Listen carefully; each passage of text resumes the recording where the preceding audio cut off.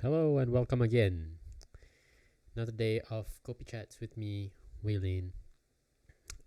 Today has been felt like a long day. How's your day been, dear viewer? It's been felt like a pretty long day, but I still put in the effort, put in the work to get this show up, as I'm sure for yourself you do what you have to do every day without fail, to your credit, to your eternal credit. Truly. And I could do no less but to do the same. So here we are today, and oh man, uh, that the Russia Ukraine issue is really blowing up all over the place.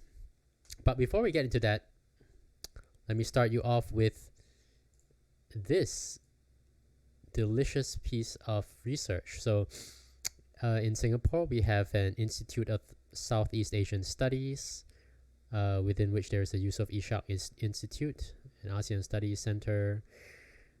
Every year, they release a report called the State of Southeast Asia. It's a survey where they survey people all across ASEAN, 10 countries in total. And let me just give you a taste of who are the survey participants, okay? Check it out here. Nationality, some percent. So you have a lot of people from, what is this? 18.6. That would be,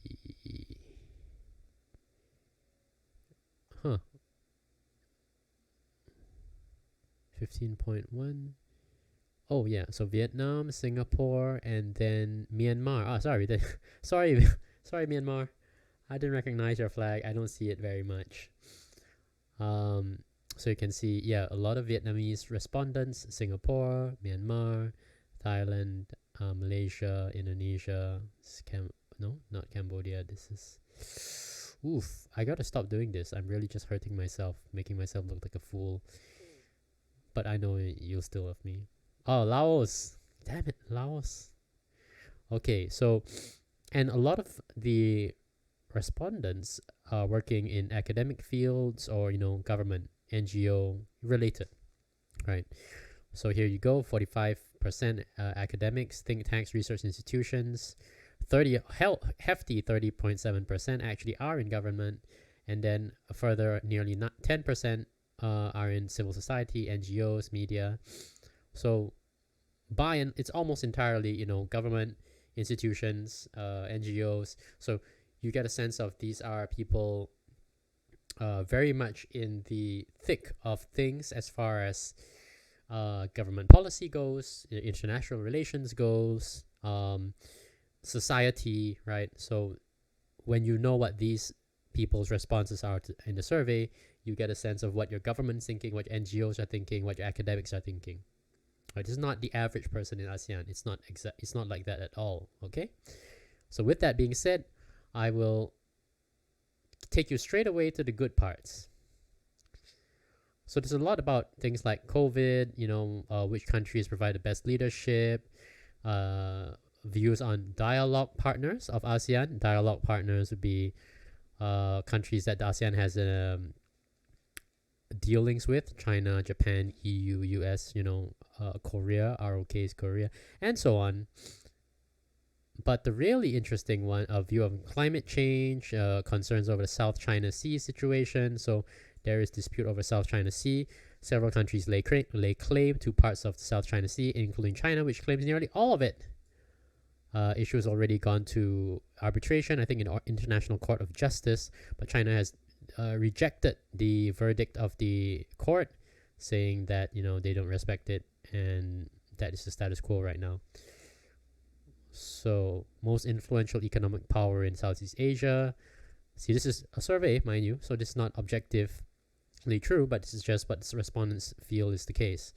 A huge amount, the vast majority feel that, the most influential economic power is in Southeast Asia is China. And here we are. And that is reflected here in this pie chart. You can see, and you can also see that this situation leads most of the survey respondents to express their worry. That is, they don't see this as a positive thing at all. Now, I want to actually just let that sink in for a moment, thinking about how your government employees, your think tanks, your NGOs, media people, and so on, how did exactly they view the reality that they perceive that China is the dominant economic power and it's a source of worry. Right? 27.7% say they welcome it. They think it's a good thing. But I think, that is vastly outnumbered. So 1 to 4, right? So three out of 4 say that this is a worry. And I would agree with them. I think that is a worry. Clearly, we already know that Vietnam and Philippines have had run into the Chinese Navy, and so has the Malaysian Navy. Chinese ships have been snooping around in places where they're not welcome. And I want to take that one step further beyond even ASEAN. So have a look at this piece of news here. Reported by Channel News Asia. Note the way that the headline is framed. It's reported Australia says plane had right in quotation marks, as if, it's disputed. Okay? Australia says plane had right to watch China Navy vessels in its waters. In its waters, meaning Australian waters. So in Australian waters, does Australia not have a right to watch Chinese Navy vessels in its own waters? So it begs the question, what is going on with you, Channel News Asia? Why is this a matter of dispute? Is there some argument that the rest of us normal folk are not aware of? And I've actually read this report. Australian Prime Minister Scott Morrison said an Australian surveillance plane was doing its job when it was put under threat with a laser from a Chinese Navy ship, rejecting Beijing's assertion that the plane came too close. Well, the ship had happened to enter Australia's house, Australia's territory, so it would seem a bit of a stretch for China to say, hey, you were too close, when the fact was China was in some place it wasn't supposed to be. And also, I think they state very clearly that it is a surveillance plane, so it's not a fighter jet, right? So there was not a risk of it firing upon the Chinese Navy vessel. And People's Liberation Army Navy vessel's response was to target it with a laser. I believe that's targeting laser, right? I'm just an internet commentator, but if I'm not mistaken, that's what it is. So with that context in mind, is it any surprise that most of our NGOs as well as government people are of the opinion that China is the dominant economic power in ASEAN, and also they're kind of worried about it? Not at all surprising, right? Well, I don't know what will be done about this, but it is important, I think, that if you're watching this and you happen to live in a Southeast Asian country, bear this in mind when you go to the polls, when you talk to your fellow citizens, make them aware, let them know. I think that leaders in Southeast Asia should step forward and make clear, that they step forward and make it clear that they will protect their country, especially seeing what we do now, that we live in an age where Russia, for instance, feels confident enough in its ability to step into Ukraine's affairs. So being in Southeast Asia, I look at that and I think see that as a source of concern, which I think is entirely natural, and wouldn't be surprised if everybody else felt the same way, including yourself. Now, I wish I could do a survey, get everyone to comment. Unfortunately, I can't. But if you want to let me know what you think, you know what to do. Leave it in the comments. I will read it. I promise you. Guaranteed. All right, moving on. So what happened today? Presidente Joe Biden unveils sanctions on Russia for beginning the Ukraine invasion. So, President Joe Biden announced new sanctions against Moscow for what he called the beginning of a Russian invasion of Ukraine. Good job, Joe. Now, let's see those sanctions take effect, yeah? We're all waiting for that. So look at this quote from Joe Biden saying, "Who in the Lord's name does Putin think gives him the right to declare new so-called countries on territory that belong to his neighbors?" Very assertive, Mr. Biden. "I'm going to begin to impose sanctions in response far beyond the steps we and our allies and partners implemented in 2014. Biden said, referring to when Russia annexed Ukraine's Crimea region. I'm sorry, I don't know how to read that. Now, please take a moment to think back, if you can think so far back into the midst of time. We may not even have been born then. But if you think for a moment, this was, let's see, Mr. Orange Man, Donald Trump, was elected in 2016. So that means back then it was still before Donald Trump, who is Barack Obama. Yes, Mr. Hope and Change himself with, Joe Biden. Right, that's why he's saying, I'm going to impose sanctions in response far beyond the steps we and our allies and partners, meaning himself included, implemented back in 2014. Wow, just let me think about the terrible effects that his sanctions had in 2014. All the destruction and the annihilation faced by Russia as a result of those 2014 sanctions. As I recall, nothing. I don't recall anything happening. I mean, I don't know if you do. If you do, comments please. But I don't think anything happened. I don't recall a single word of complaint from Vladimir Putin or anyone else close to him. I didn't hear anything about, impact on the Russian economy.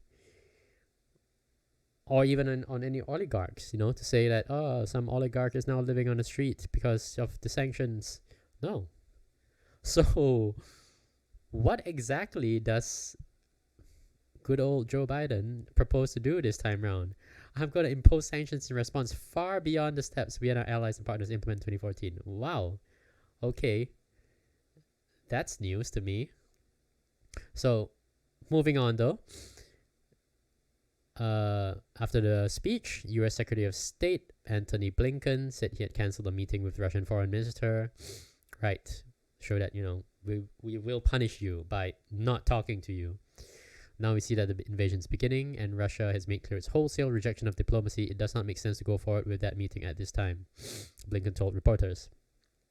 Sanction will target two financial institutions, VEB, which is a Russian bank, and the country's military bank, so two banks, along with Russian sovereign debt as well as Russian elites and their family members. Right, so two Russian banks, Russian sovereign debt, which I believe is what we call bonds, yes? Sovereign bonds. So maybe they cannot be traded with US dollars or something. And Russian elite, so you try to freeze the bank accounts of the people, the elites who are involved, maybe the owners of weapons companies, people who are major suppliers of the Russian army, possibly. And I have a sense that this feels very narrow, because I don't know about you, dear viewer. I mean, I do sincerely believe that when you take a large enough group of people, such as my viewers, for instance, the collective sum of knowledge and experience will far exceed anything that one individual person, even myself, can have. Just one guy. Now, I feel like I've seen news about sanctions being applied to individuals, with these terrible people like, drug lords, international criminals, and so on. Will freeze their bank accounts. They cannot buy anything. They cannot even pay for groceries with their credit card. They cannot, because of our sanctions, right? Freezing all their money. And I feel like this has been done many times in the past. I feel like I've read about this happening in different places, but Never, ever, ever have I heard of, oh, sanctions were so effective that the conflict is ended. The crisis is over. UN peacekeepers are no longer required. That has never, ever happened.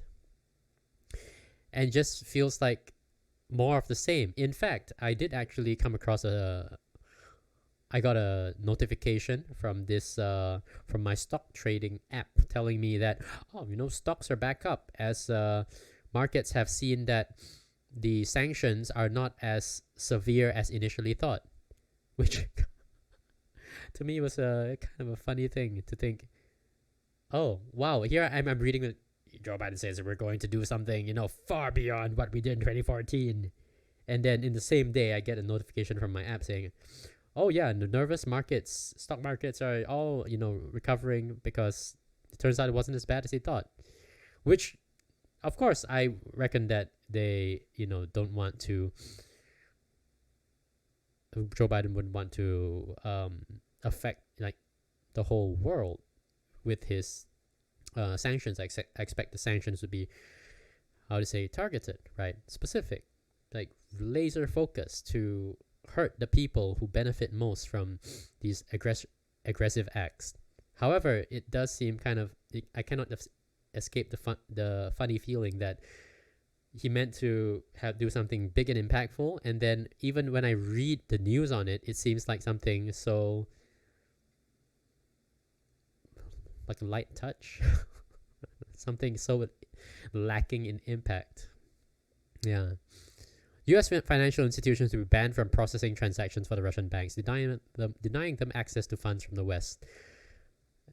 You might think, okay, wow, that sounds like it might be really impactful. Yeah, but I also want to ask the question that is, in the first place, if I was the Russian elite and I was involved with the Russian army, and I know that my leader is Vladimir Putin, who from time to time gets into trouble with Washington, D.C., would I use a bank that has frequent and large scale dealings with the international financial system? I probably wouldn't. I'd probably choose a bank that is extremely Russian, or just doesn't do much business in the sphere of influence of the United States. It's just better risk management. So I understand what you're saying. The news reporting that these financial institutions will be banned from processing transactions for the Russian banks. I understand. But in the first place, I am skeptical that the Russian banks have many of such transactions to begin with. So I guess, time will tell because we're not privy to the details coming through.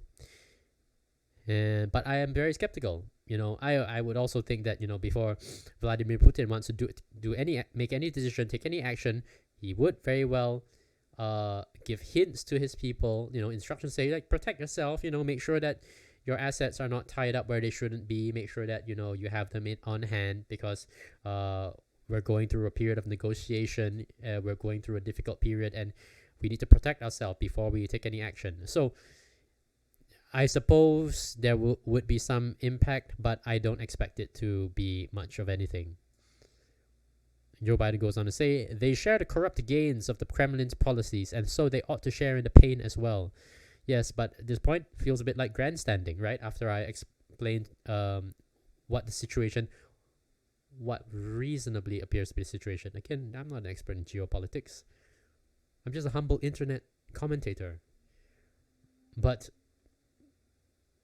I'm thinking and I'm asking the questions, and that's the best I can do, and I want to do the same for you, dear viewer, to ask the questions and give you an opportunity to think it through along with me, right? So when we look at this, and if I look at this and I come away with the feeling that I don't think it'll make much difference. I wish there was a way for me to better judge the effect of these actions, but I don't really have one. If you have one, as usual, please let me know. Now, here's a strange comment. We have no intention of fighting Russia, Biden said. We want to send an unmistakable message, though, that the US, together with our allies, will defend every inch of NATO territory and abide by commitments we made to NATO. That is extremely contradictory because The founding purpose of NATO is mutual defense. If you attack one member, the rest of us will rush to your defense. Right, but right in the beginning, he says we have no intention of fighting Russia. So you cannot escape the conclusion that part 1 and part 2 are totally contradictory. There's just no way about it. He goes on, Biden said the US still thinks Russia is poised to launch a massive military attack and hopes he's wrong about that. Yes, and Joe Biden's been saying that for weeks and weeks now. Weeks and weeks. In fact, there was some funny news last week, exactly a week ago on February 16th. There was some news, not necessarily in the most reputable news outlets, but circulating around that, talk that this is the day that the invasion will begin. And it came and went, nothing happened. And Joe Biden kept going on saying that it's imminent, it's any moment now. And never happened. And you might argue that, okay, you know what? But it not happen now because Putin's sending his troops into Donetsk and Lugansk. And okay, I could accept that. Perhaps you're right about that. Because turns out, in my previous episode, I shared photos showing that there were tanks reported by a professional journalist in Donetsk saying that I don't know where these tanks came from, but they appeared soon after the news, of the announcement by Putin. And I reckon that it's possible that they are Russian. I'm not. We haven't got confirmation, have we? Yeah. But it seems like it's one of those things exactly by Putin at least. I'm not a Putin supporter by any means. I respect the guy, but I have no love for him, and I do not agree with what he's doing. It seems that he's a rational guy. In all things considered, he's a rational guy. He's faced with this situation where he's loudly being told, if you take the action, if you invade, we will all fight you. And so he takes the smallest possible action. He says, I'll recognize these two as independent states, and I'll send in peacekeepers to stop the fighting. I'm not doing the fighting. I'm sending in peacekeepers. So it feels extremely rational. A rational actor. So he sends in his troops. He says, they're just peacekeepers. They're not here to rule anything. There is a government here. Ukraine calls them the rebels, but the people here call them the government, and we want to support them. Right? This is very, very rational and very, very,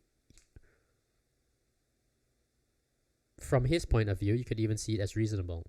I'm not supporting it again. Okay?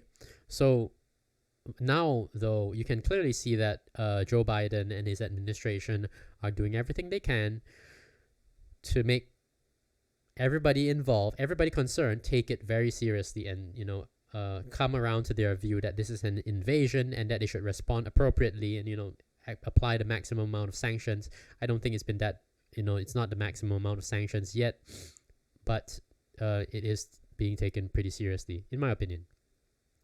Now, what's going on with China? China is carefully monitoring developments. Beijing's embassy in Ukraine on Tuesday warned Chinese and citizens and companies against traveling to unstable areas, but has not advised leaving the country. See, I feel that is really remarkable, right?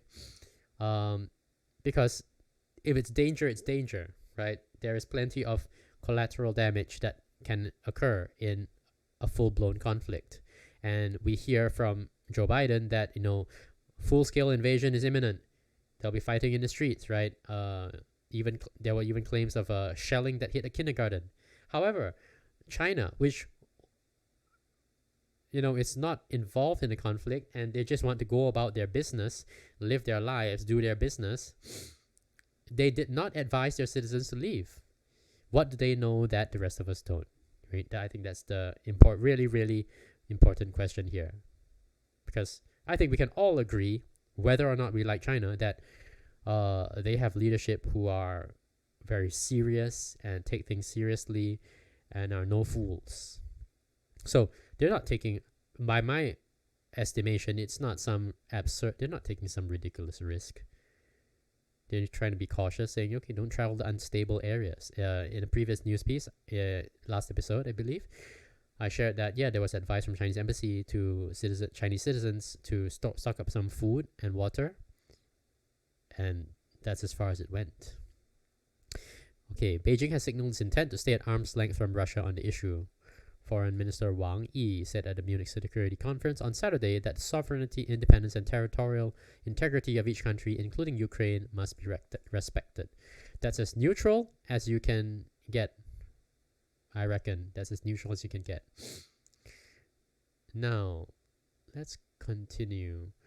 So one thing that nobody really talks about, and which I think really needs to be discussed, is this, which is, you may have heard of this thing called the Nord Stream pipeline. So Ukraine is a major transit point for Russia's natural gas. Let me see, is there a map here? No. I showed the map in the previous episode. You might look it up if you like, or just Google it. So you can see here on this map here that Ukraine is all the way down here, and a lot of Russian gas, goes through Ukraine before arriving in various countries like Poland, Germany, Hungary, Slovakia, and so on. And Nord Stream 1 and 2, I believe both of them kind of follow this route, which is to go out into the sea, beyond the reach of any one country, and then on to Germany. So this has been Russia's huge project to bypass all the problems it has with the Ukraine. Ukraine, in my understanding, so this is not why I'm relating what I've read elsewhere.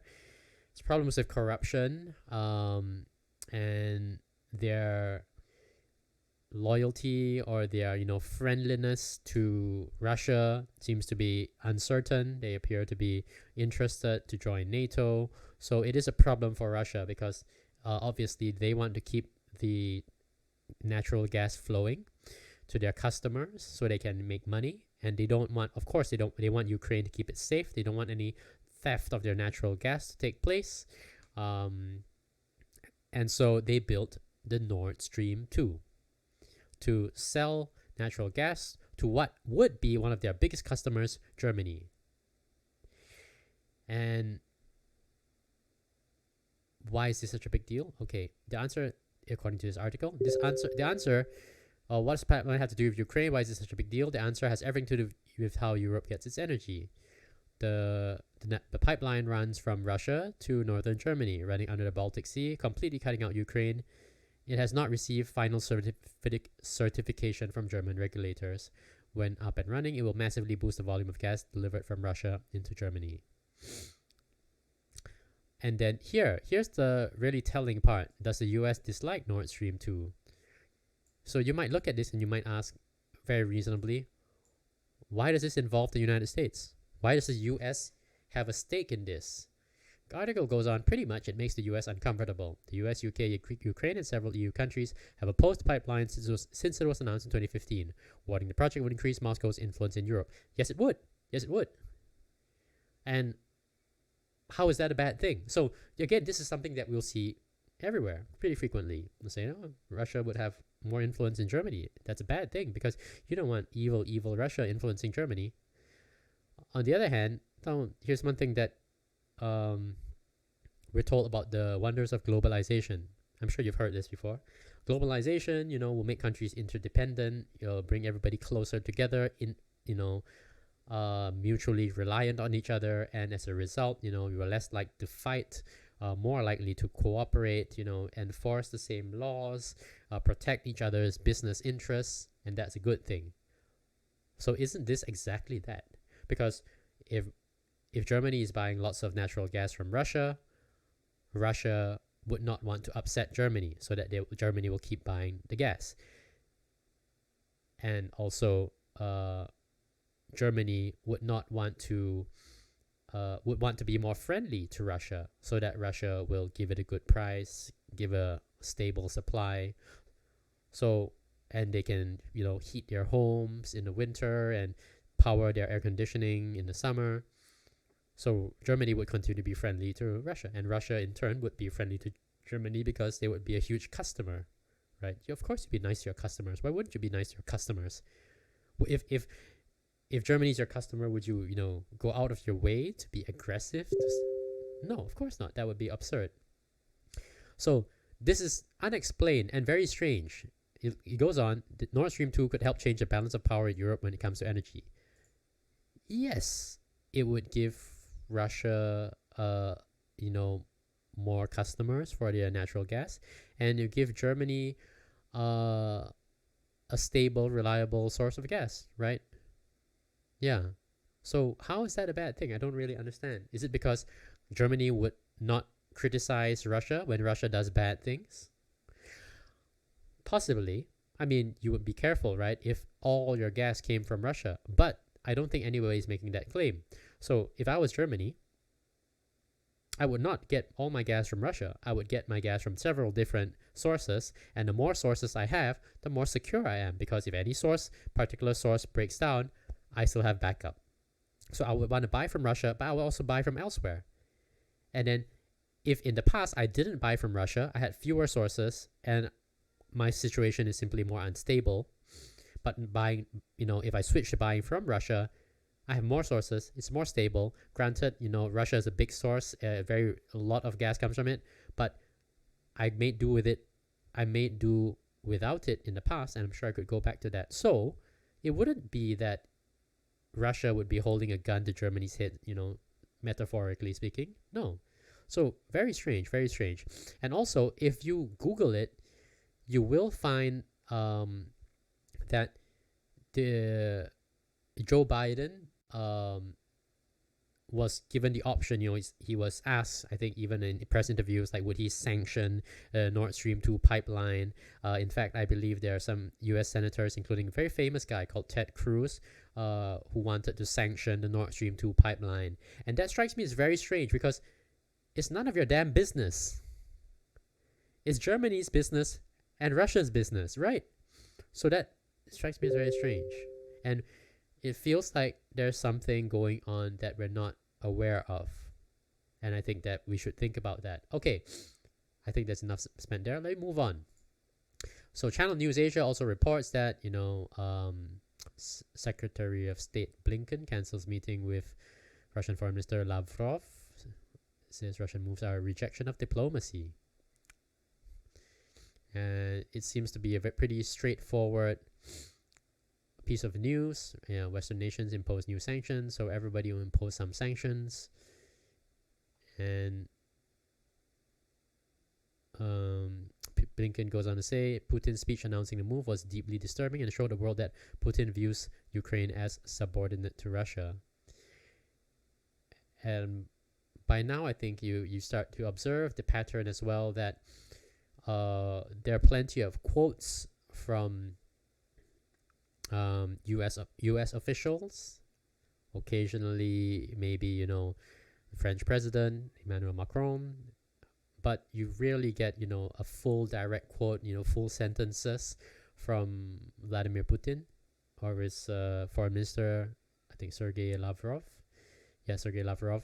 So we're given a very, very one-sided view, right? I mean, it could very well be, if Vladimir Putin came out and said that we're selling gas to Germany, it's nobody else's business but Germany's and ours, and blah, blah, blah, somehow that relates to Ukraine, I reckon that I wouldn't even hear of it because it just not be reported. That strikes me as a little bit disturbing. Look at the... moving on, look at the reporting continuing in Channel News Asia, defying West, Putin orders troops to Ukraine rebel regions. And let's see. It's the headline states that orders troops to Ukraine rebel regions, and only down here does it say that Putin instructed the defense ministry to assume the function of peacekeeping in the separatist held regions. So so this is clearly not friendly to Putin, which it's okay. I'm okay with that. But it is good that they at least report that they are there for the purpose of peacekeeping, and they are in the region is held by separatists, people who want independence for Donetsk and Lugansk. Now, I think it is notable by its absence that nowhere have we seen, have I seen at least, any report about, well, what's going on in Donetsk and Lugansk. Why are the people there? Why is there a separatist movement? What's going on? Why are they fighting the Ukrainian government? That's a story very missing, and no matter where I turn, that story does not pop up. So it appears that regardless of whether you are, the news outlet is pro US or pro Russia, not in neither case, they will not talk about the views of people who live in Donetsk and Lugansk. So it's just very strange, very strange. Oh yeah, here there's one interview. I'm very shocked, says Artem Ivashenko, 22-year-old cook, originally from Donetsk, calling it very scary news. But that does not really say very much, right? It would be better if they ask Artem Ivashenko, why is there a separatist movement? You know, what are they fighting against? But that doesn't come through. Here now, I'd like to talk. So naturally, around this time, the commentaries, the editorials start appearing, talking about the whys and the whos and the hows. And once more, I'd like to take the opportunity just to get into it rather quickly, what the commentary is saying about the issue. So the writer is Gideon Rahman. Gideon is a professional writer for the Financial Times in the UK, respected newspaper. So let's see what Gideon has to say, right? Angela Merkel once described Vladimir Putin as a leader using 19th century methods in the 21st century. What she meant was that Russia's leader is a man of war and nationalism in an era supposedly of laws and globalization. Merkel was talking about this after Russia annexed Crimea. So, in my understanding, Russia claims that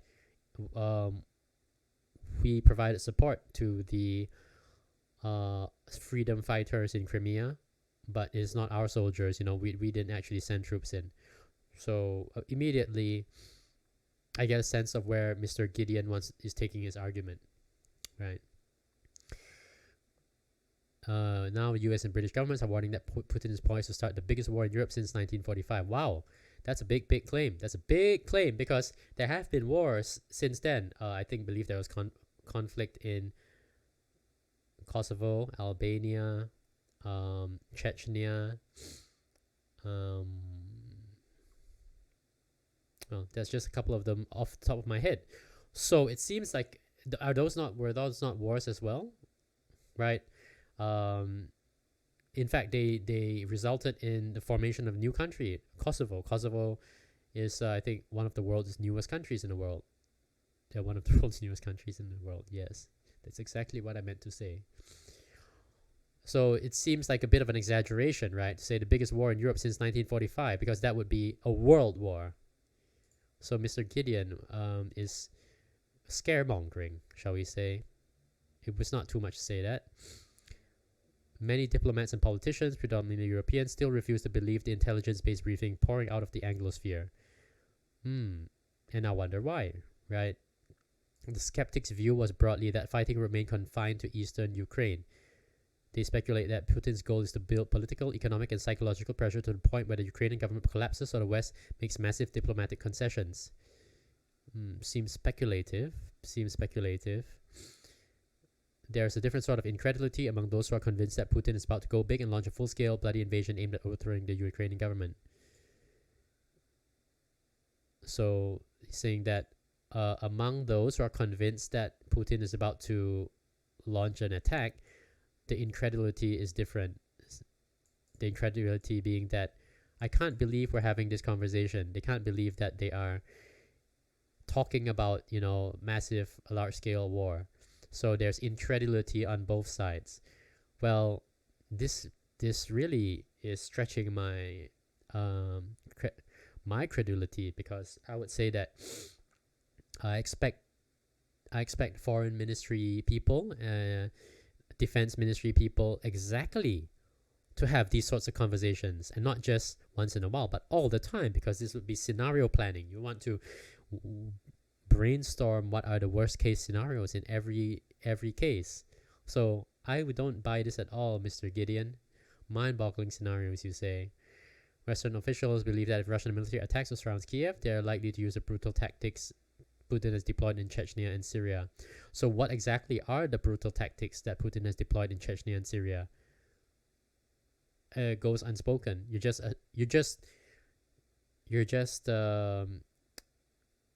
led to assume that he used certain tactics in Chechnya, in Syria during the fighting, and that they were brutal. Just take it on his, Mr. Gideon's word, Mr. Rachman's words. Just take it on, in his credibility. This would mean massive deployment of artillery and air power, and the possibility of more than 50,000 military and civilian deaths in a week. So are we there yet? Are we there at the point where we look at this and we say, Gideon Rachman is a warmonger? Because where does he get this figure from to say that Putin is brutal and brutal Putin deployed these brutal tactics in Chechnya and Syria, and we're looking at the possibility of more than 50,000 military civilian deaths in a week. Where does he get these numbers? And why do we think that they are credible? So most of the rest of the article is more of the same, and then with a little bit of speculation thrown in, implying that Mr. Putin is trying to complete a historic task. If he does indeed think like a 19th century figure, Putin believed that massive bloodshed is justified to unite the nation. Blah blah blah. Historical references.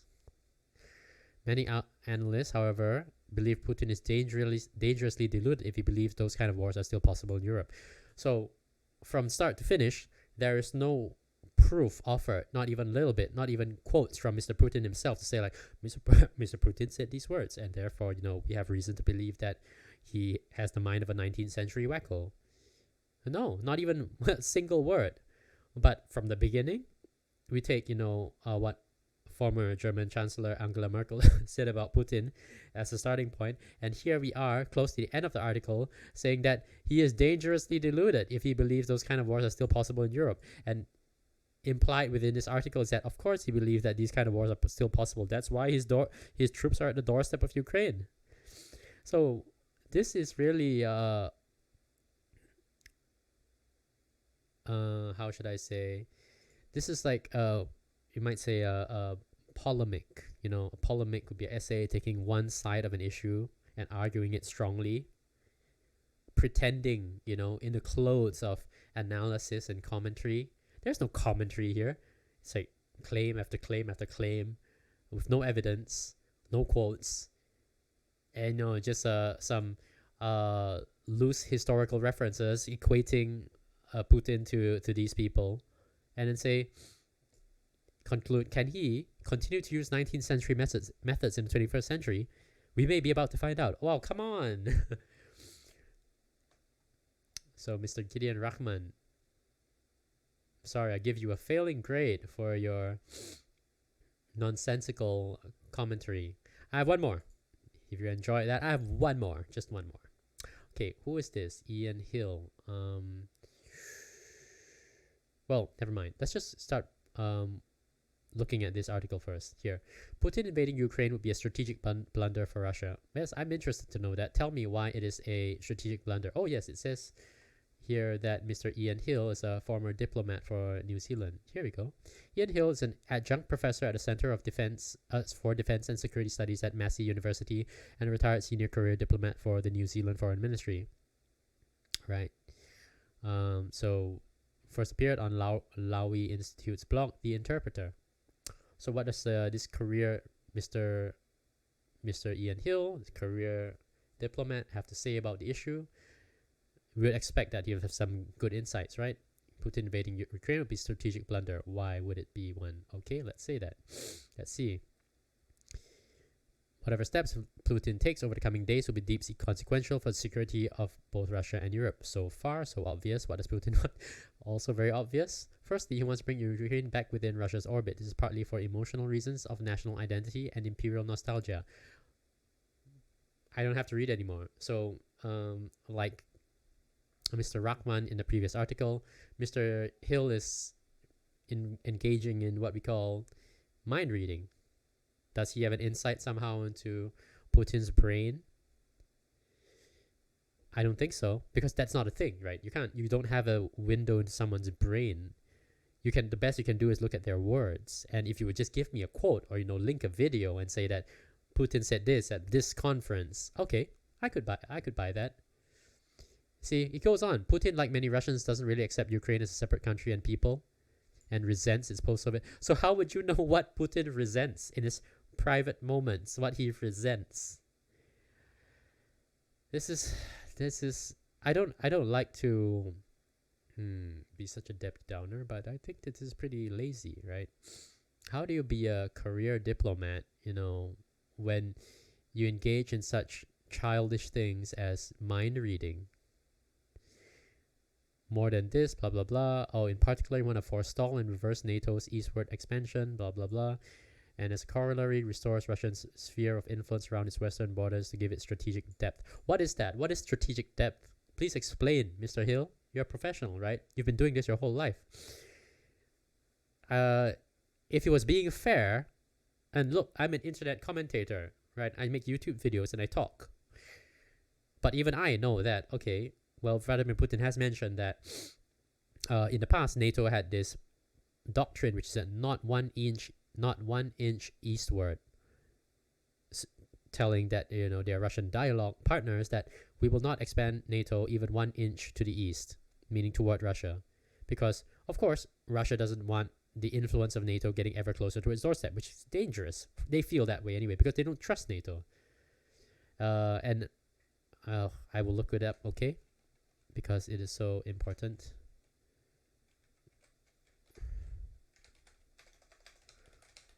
Let's try that. We'll look it up. NATO, not 1 inch eastward. There we go. U.S. Secretary of State James Baker's famous not 1 inch eastward assurance about NATO expansion is meeting with Soviet leader Mikhail Gorbachev on February 9th, 1990 was part of a cascade of assurances about Soviet security given by Western leaders to Gorbachev and other Soviet officials throughout the process of German unification. So this was a promise given by U.S. Secretary of State James Baker in 1990. And Putin has now asked, he observes that, oh, this has clearly been broken. So he raises it and says that, hey, guys, you can't do this because you've made this promise in the past. Why are you not honoring it? But nowhere is it mentioned. So it feels like, again, I'm not a fan of Vladimir Putin, but he is not the one writing these nonsensical commentaries, and I feel that this is not doing justice to the intelligence of readers, my viewers, and I feel like this deserves to be called out. We have to say this, and I think that's enough about this. It's just more of the same. Now here's an important thing, like really important piece of background about Ukraine that I think everybody has to be aware of, before we go any further. So Ukraine is its own country, and in my previous video I made the claim after some research that Ukraine historically been part of Russia for hundreds of years, since the 1700s and so on, and way before that. 1700s is when I think the Ukrainian language began to come into its own. So Kiev was known as like a classical old Russian city. So Kiev is famously a Russian city, and for most of Ukraine's history, most of its people spoke Russian. Yeah, and all that really, really fell apart. It all changed in the 1930s, and let me tell you about it. In 1930s, Ukraine was a place of immense tragedy. The Holodomor, which you may have never heard of, and I hope that you never have to hear of anything else like it in the future, was a great disaster in Ukraine known as the Terror Famine or Great Famine. It was a famine in Soviet Ukraine from 1932 to 1933 that killed millions of Ukrainians. To this day, the total number of deaths is not fully known. Estimates, some say 3 million, some go up to 6 million. Ukrainian leaders have said 10 or even 20. And I think some other experts have mocked that number, saying that's way too high. So 3 to 6 sounds like the most generally accepted, and that's millions of people. And what's I think the population of Ukraine is 15 million or something. Let me just look it up momentarily. Ooh. Of course, this figure will be totally different from what it was back then. So today it's 41 million, and in 1930 something, well, let's say maybe it was, I don't know, 20 million, if we have it. So it was a lot of people. Let's say even 3.5 million out of 40 is a huge amount. It's nearly 10% of people dying. It's an enormous tragedy. It was part of a larger Soviet famine of 1932 to 1933.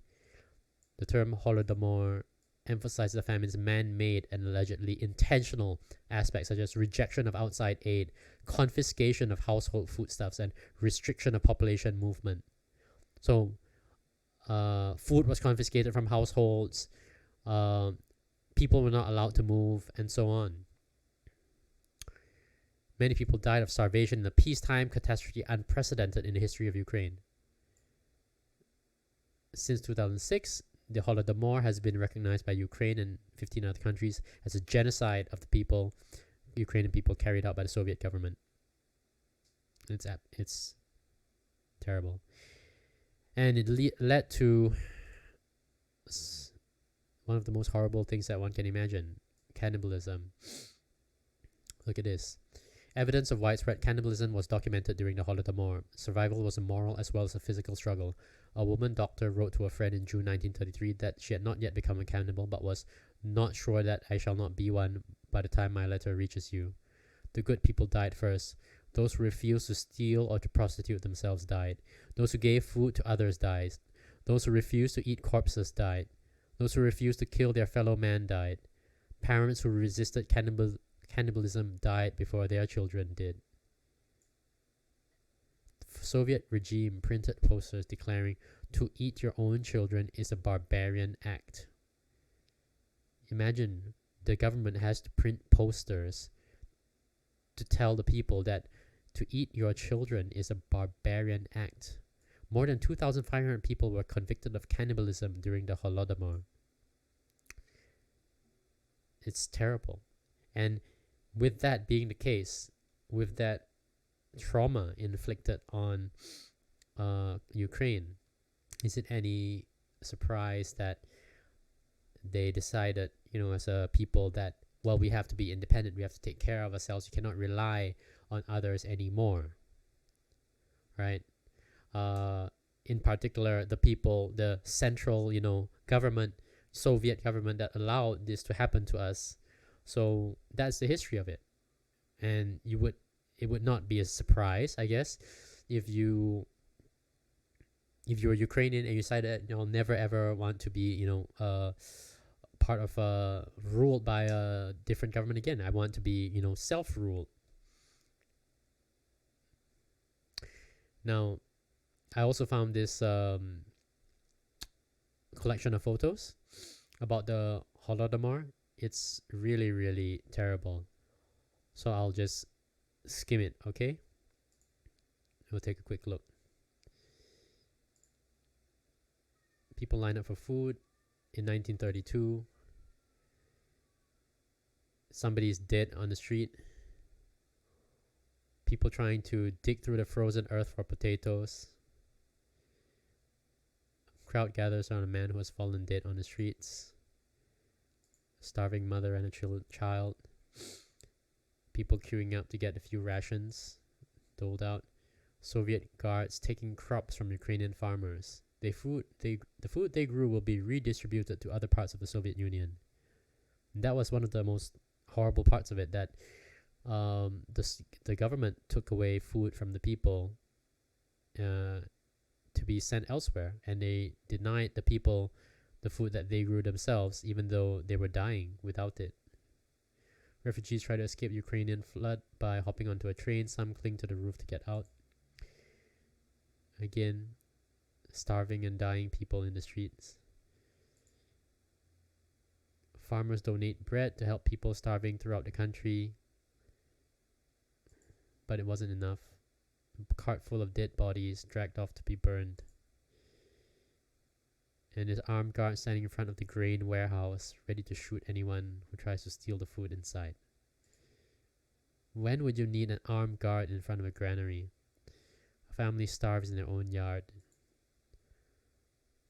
So I think that's enough. So it's pretty clear. I will share the link in the notes below in the description. So if you want to take a look at on your own afterwards, please go ahead. But that is the context. Ukraine went through this enormous trauma.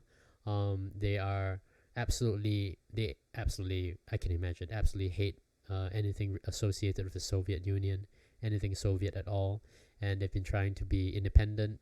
And as we all know, Ukraine has great difficulties with development, a lot of corruption, and Russia relies a lot on Ukraine. In fact, the Soviet Union put nuclear power plant in Chernobyl to generate power for the country. It was a very good location, I guess, to supply power to Belarus to the north, and Ukraine, and maybe back to Russia herself. As I understand it, they also used to store their nuclear weapons there. So it was a very strategically important place. And the Soviet Union treated it as just a core part of Russia. But after the collapse of the Soviet Union, that was no longer the case. And so the two countries had a close relationship, but apparently gradually drifted apart. And now this is causing a lot of problems, right? Because so many gas pipelines go through the Ukraine, and Ukraine, it appears that Ukraine is getting closer to NATO. That makes things extremely uncomfortable for Russia. So in this intolerable, there is this situation where things become increasingly intolerable for both sides. It becomes intolerable for Russia because their pipelines are under threat. They have less and less influence over Ukraine. So they're potentially going to lose money, potentially lose safety. And for the Ukraine, they want to find their own way. But the more they try to do that, the more angry Russia becomes. And Russia is this big, powerful neighbor right next to it. And the more perhaps they want to go towards NATO, while also dealing with the intractable problems of corruption and poverty. So it's just a extremely messy situation. That's the best I can put it. Okay, enough about Ukraine. It was really depressing. Now let's talk a little bit about tech companies. Now, in relation to tech companies, check this out. Chinese companies face worries in quest for Indonesian nickel. So there are not many places in the world where one can mine for nickel. Indonesia happens to have one of the places where you can mine for nickel, and Chinese companies have been there doing business for years. The relevant place is called the Morowali Industrial Park. Let's see, where is it? Here we go. Indonesia Morowali Industrial Park. So a company called Qingshan founded the Indonesia Morowali Industrial Park in 2013, 8 or 9 years ago. And it's a joint venture with a Shanghai company, an Indonesian company, another Indonesian company, and Qingshan as well. An unnamed source who used to work in the industrial park described it. its role, which is Qingshan, this way.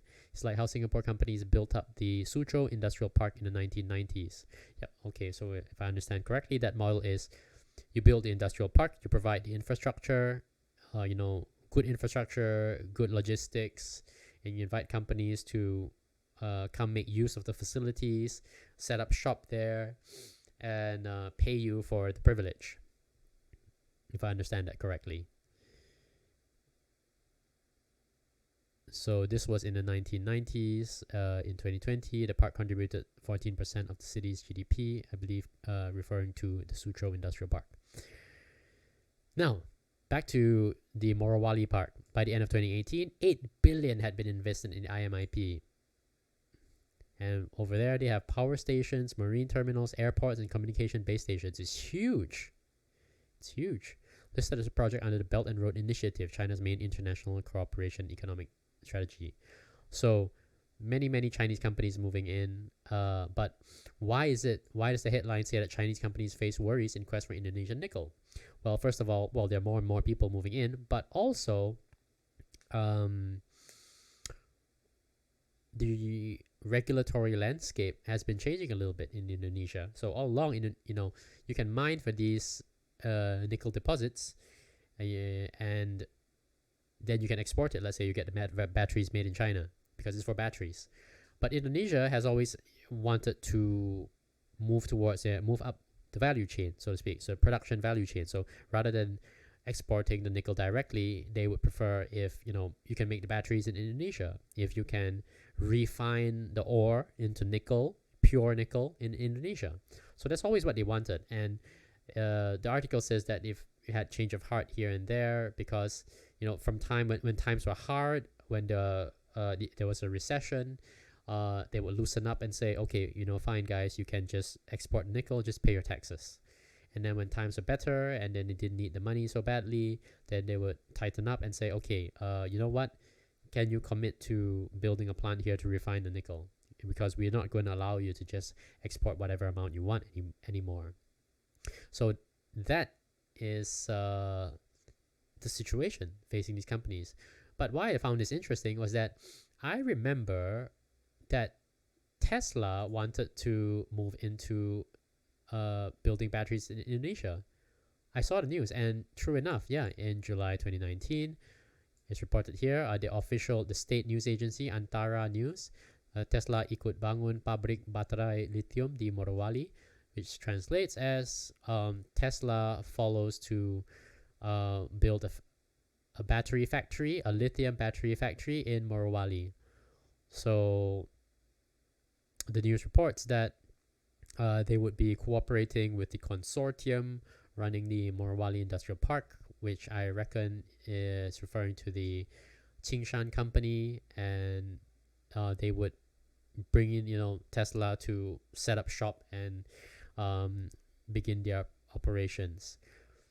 Now, although I'm very interested in this, I don't recall hearing any follow-up story on this. So it's just that I saw this editorial saying that Chinese companies face worries in quest for Indonesian nickel, suggesting that, and right now, as I understand it, all around the world, people are very worried about economic stagnation because of the pandemic, but it appears that things have gotten better, like economic results were better than expected. So I think moving forward, we would expect to see rules tighten again, and actually it's would be perfect, I suppose, for Tesla to begin their operations, because all along their intention is to build these electric vehicles and batteries, and they certainly would not be exporting those materials back to, say, the United States, or I don't know if they do it in China. But if I'm not mistaken, there was an interest to build it in Indonesia. So this might happen sooner than expected. So for those Tesla fans or Tesla observers, this is an interesting piece of news. If Chinese companies are facing worries in the quest for Indonesian nickel, because Indonesian regulators, the authorities have decided that, guys, you got to build more stuff here. You can't just ship it out, all the time. It might be good for Indonesia, and consequently good for the rest of us who live close by. All right. That's all I got. That's all I prepared for you today.